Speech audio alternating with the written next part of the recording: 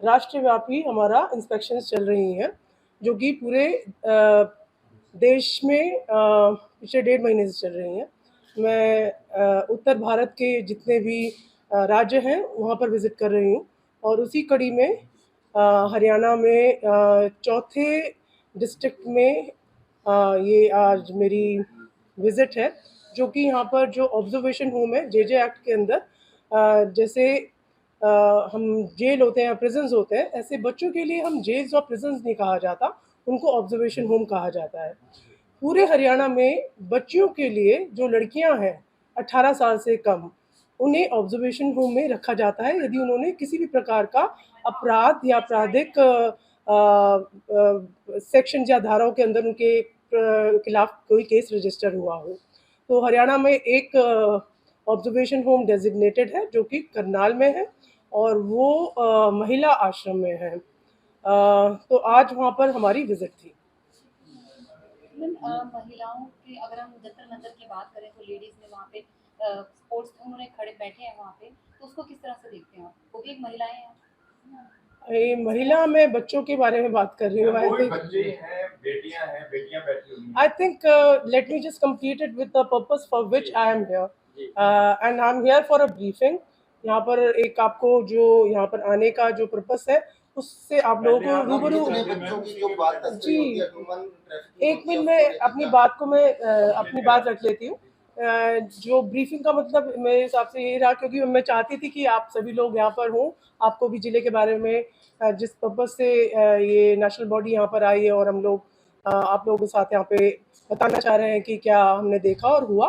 ये करनाल जो है यहाँ पर महिला आश्रम जिनको कहा जाता है, मतलब कि एक ही ऐसा डेजिग्नेटेड गवर्नमेंट का आश्रम है जहाँ पर कि महिलाओं को रखा जाता है। तो ये बहुत ही हैरानी का विषय है कि यहाँ पर हर प्रकार के, चाहे वो आश्रित हो, निराश्रित हो, चाहे वो मेंटली चैलेंज्ड हो, चाहे वो अंडर 18 हो, चाहे वो ओवर 18 हो, सभी को एक कैटेगरी में रखकर एक ही साथ जगह पर खाना खिलाया जाता है।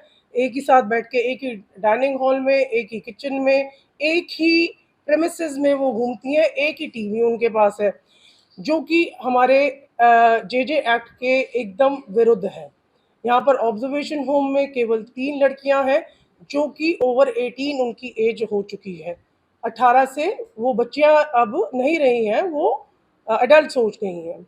तो उनके लिए एक्ट के अंदर प्रावधान है कि प्लेस ऑफ सेफ्टी होना चाहिए, जो कि हरियाणा में जो कि हमें अधिकारियों ने बताया कि पूरे हरियाणा में कोई भी लड़कियों के लिए डेजिग्नेटेड प्लेस ऑफ सेफ्टी नहीं है। और यदि किसी लड़की को या किसी भी लड़के को जो कि जे एक्ट के अंदर जिनको सज़ा मिली है, तो सज़ा मिलने के बाद स्पेशल होम डेजिग्नेट होता है, वो भी यहाँ पर नहीं है। सो ये एक चिंता का विषय है, बिकॉज जहाँ पर लड़कियाँ रह रही हैं वो ऑब्जर्वेशन होम है। इनकी तीनों की एज 18 से अबव है, जो कि प्लेस ऑफ सेफ्टी में होनी चाहिए वो लड़कियाँ, और वो ऑब्जर्वेशन होम में है। Observation home place of safety है नहीं। सो ये एक बहुत ऊप हो गई स्थिति है। इसके लिए हमने उनको प्रॉपर डायरेक्शंस दिए हैं यहाँ पे अधिकारियों को कि आप नोटिफिकेशन जारी करवाइए कि एक प्लेस ऑफ सेफ्टी और लड़कियों के लिए और ऑब्जर्वेशन होम के साथ साथ स्पेशल होम भी लड़कियों के लिए होना चाहिए। अलग उनका रहवास होना चाहिए, बिकॉज यदि कोई आपराधिक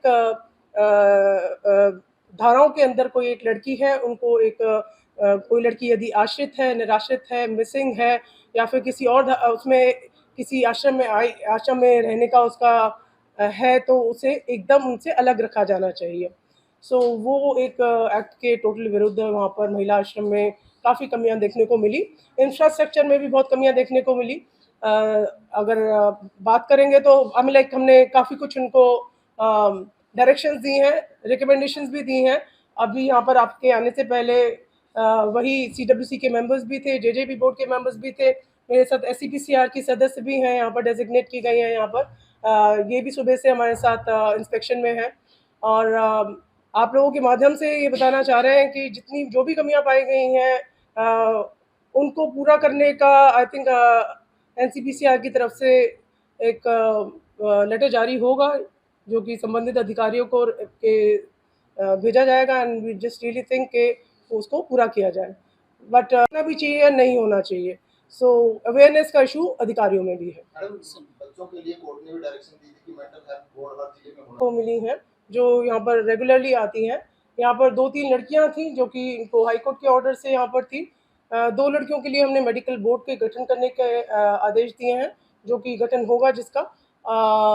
कुछ लड़कियों के लिए काफ़ी सारी चीज़ें हैं जो कि हम पब्लिक में भी नहीं हम उसके बारे में बात कर सकते, लेकिन आपको उसके बारे में थोड़ा बहुत मोटा-मोटा बताया जा सकता है। जी। अधिकारियों की बात करते हैं, जैसे कि वहाँ पे आपने विजिट किया, फिर कुछ कमियाँ पाई गई, दोबारा फिर किस तरह से उसको बिल्कुल, हमने ठीक उनको होएगी या नहीं होएगी? बिल्कुल होंगी, 100% ठीक होंगी। आई थिंक यहाँ पर प्रतिबद्धता है।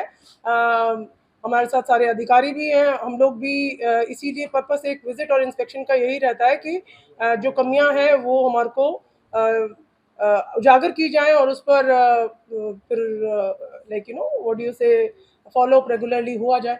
अब सेंटर से हम स्टेट से यहाँ पर है, आई थिंक इनकी भी ड्यूटी बनती है SCPCR की कि ये भी रेगुलर फॉलो अप यहाँ पर करें। मैडम, बच्चों की ट्रैफिकिंग का बड़े मामले सामने आ रहे हैं। बिल्कुल। बाहर को तस्करी करके ले जाया जाता है, एक स्टेट से दूसरे स्टेट में ले जाता है। बिहार से काफी मामले आ रहे हैं सामने, उसको रोकने के लिए क्या? उसकी बात और छोड़िए, हमारे को यहाँ पे 3 बांग्लादेश के मामले मिले।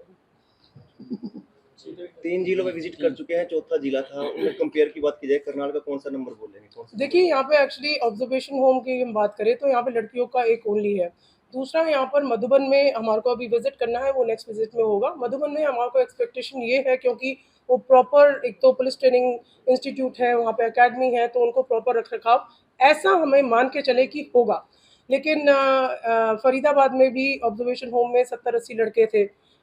लेकिन सुविधाएँ बहुत अच्छी नहीं थी, दिया जब कुछ जा रहा था, लेकिन फिर भी काफ़ी कंप्लेंट्स आई थी। प्लेस ऑफ सेफ्टी वहाँ पर 150 बच्चे थे, 7 जिलों से बच्चे वहाँ पर रखे जाते थे, जिनकी उम्र 16 साल से लेके 21 साल के बीच में है, और वहाँ पर भी 150 बच्चे हैं, उसमें आप माइनर भी रह रहे हैं, मेजर भी रह रहे हैं।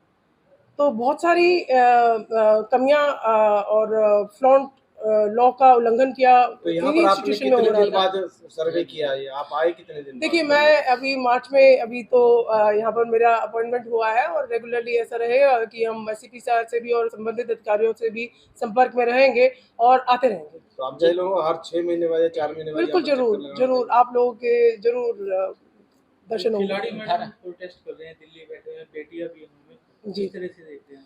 देखिए, ये अभी I think out of the league का क्वेश्चन है, बट जो भी है, आई थिंक यदि किसी प्रकार का प्रोटेस्ट होता है और वो देशव्यापी प्रोटेस्ट यदि वो हो रहा है, तो आई थिंक सरकार भी ज़रूर कुछ ना कुछ सोचती है कि उस विषय पर जो कमेटी बनाई गई या फिर आगे जो भी अप्रोच सरकार की रहेगी, वो आने वाले समय में आई थिंक हम सभी के सामने उजागर होगी। और जो भी कोई बात है, यदि आप बेटियों की बात करते हैं, तो किसी की भी बेटी हो, हमारी बेटी हो या आप हमारे भाई हैं, आपकी भी बेटी हो, तो किसी के साथ भी किसी प्रकार का अन्याय नहीं होना चाहिए। That is the